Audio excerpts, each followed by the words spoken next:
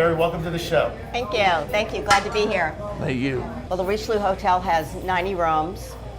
We have a little cafe which serves breakfast and lunch, and a bar that's open mostly till midnight, sometimes later when there's a big crowd. A lot of locals come here still to dine and have a cocktail. It's a really nice inn to the French Quarter. It's quiet, just has a lot of character. We've had Ray Charles, we've had Paul McCartney stayed here for a long time, twice for a very long time. They would lay out by the pool, nobody would bother them. I didn't even know they were here because my dad wouldn't tell me because he said I would blab to all of his friends. Of course. And then he wouldn't have any peace. This end of the quarter was very quiet and gave them their privacy.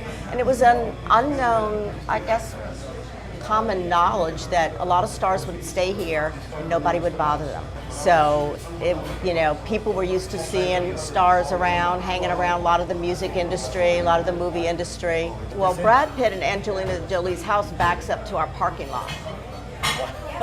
Yeah. So they would come in, they would stroll through the lobby every now and then. Actually, Brad Pitt wanted my dad to put a gate so that he could get from his house into our parking lot, kind of like a little back entrance to escape the paparazzi.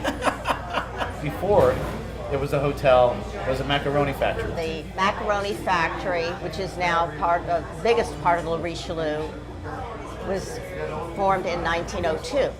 And it ran until 1939 when the Cusimanos sold it to a furniture company, which the furniture company later turned into a mattress factory.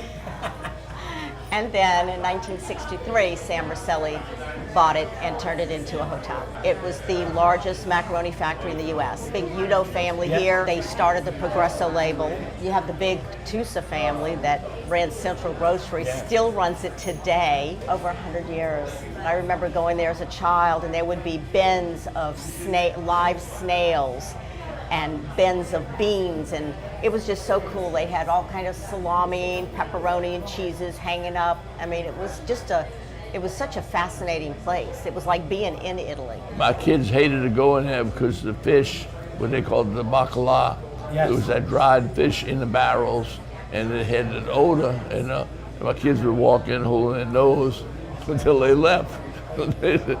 That smells in there dead. I think I did the same thing when I was a kid. I remember seeing that bacala. I didn't know if it smelled bad, but I remember seeing that dead fish. It was dead and dried, and I thought that was so strange. How would you cook that? You know, water, my mother's neighbor would buy it and cook it, and it's like, I don't want to eat that.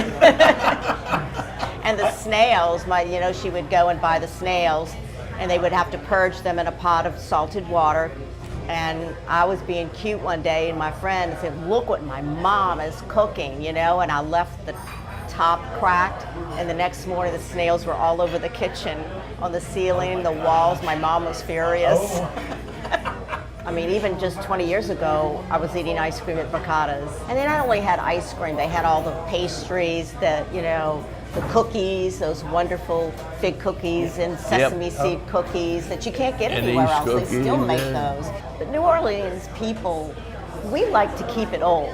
We don't like change. We don't like the big box places. We like the oldness. Well, we have a website, which is www.lerichelieuhotel.com. All you have to do is Google Le Richelieu, and it'll come up. But make sure you get the one from New Orleans, not the one in French, because there is also a Le Richelieu in Paris, France. But we're the U.S. Le Richelieu.